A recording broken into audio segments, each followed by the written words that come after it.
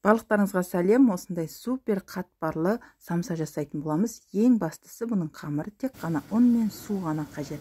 Басқа еш нәрсенің қажеті жоқ. Қараңыздар, дауысын қараңыздар. Осындай бір керемет базардың самсасынан ешқандай кемшілігі жоқ.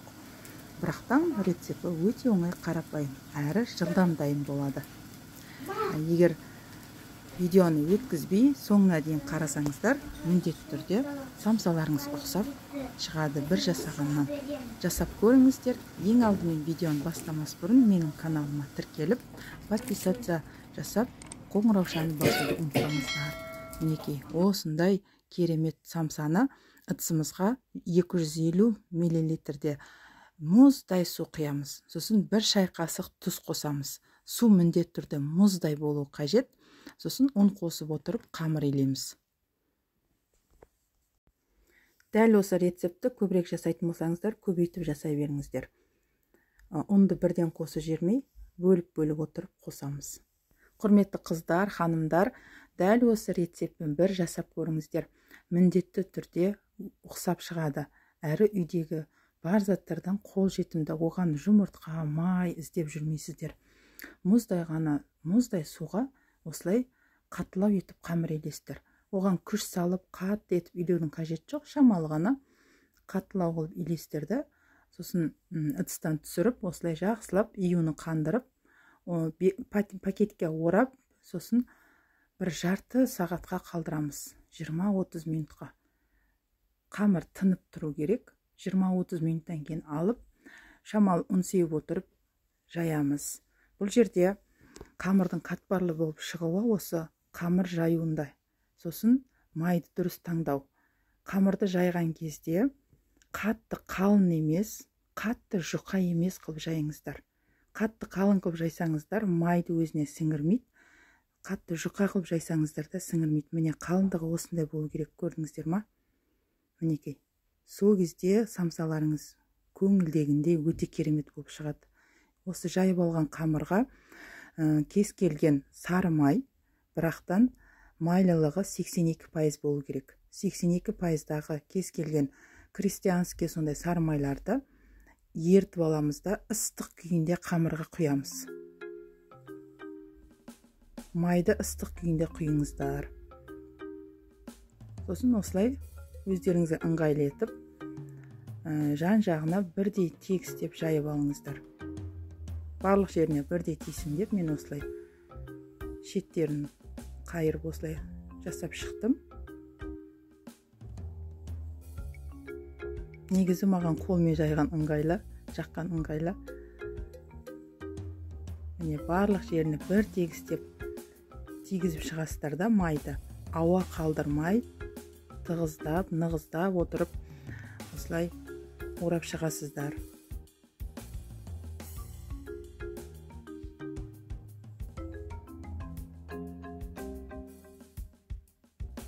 Егер менің рецептімен жасасаңыздар, қалай шыққан өз пікірлеріңізді комментарияға жазыңыздар.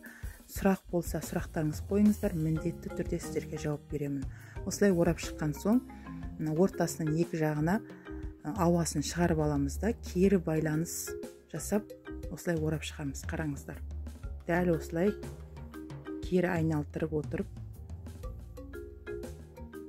ораймыз. Осын дөңгелетіп алып, пакетке салып, бір 25-30 минутқа морозильникке саламыз. Сол кезде қамыр формасын ұстап, жайған кезде, форма жасаған кезде ыңғайлы болып шығады.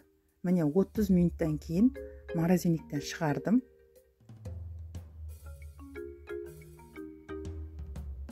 Мінекей, қандай формада кессеңіздер де, жайсаңыздар да ыңғайлы болып шығады, морозильникке салып алған соң.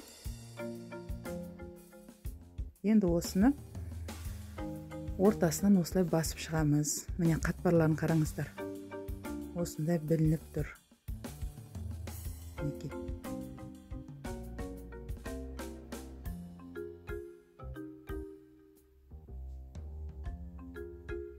Дәл осылай рет-ретімен барлығын жасап аламыз. Міне әдемі болып, қатпарлар керемет болып шықты.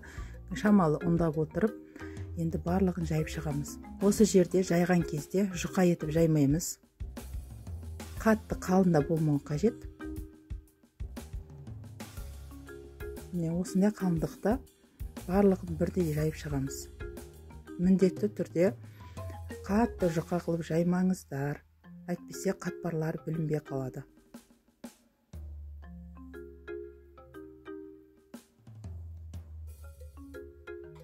Амалы барынша осы ортасындағы қатпарларын қалдырып, шет-шеттерін басып жайыңыздар, ортасын қатты баспай.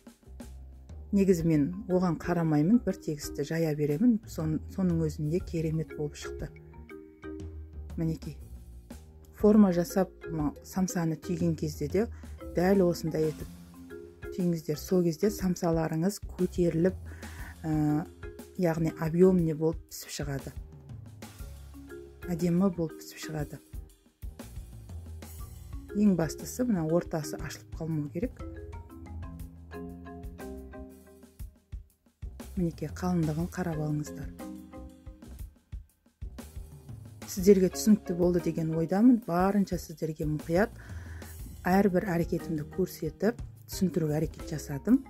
Енді осының барлығын листке теріп шығамыз да, жұмыртқаның сарысымен жағып шығамыз. Мінекей самсаның қатпарларын керемет ортасында тұр. Енді осыған жұмыртқаның сарысын ғана жақтым мен. Қаласаңыздар, осыған бір ас қасықта сүт қосып жіберіңіздер жұмыртқаның сарысына. Самсаның бетін қалай сәндеу енді өздеріңіз қалауларыңызша. Мен қара теменді ғана қолдандым. Негізі ақ пен қараны араластырып сепсеңіздер, вообще керемет әдемі болып шығады.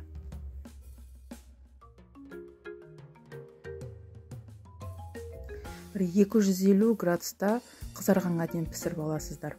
Енді духовкаларыңыздың несін өздеріңіз білесіздер, қараңыздар. Мінекей дәл осындай қатпарлы керемет самсаның рецептімен достарыңызбен бөлісе отырыңыздар. Егер рецепт ұнаған болса, менің каналыма тіркеліп, қоңыраушаны басып қоюды ұмытпаңыздар.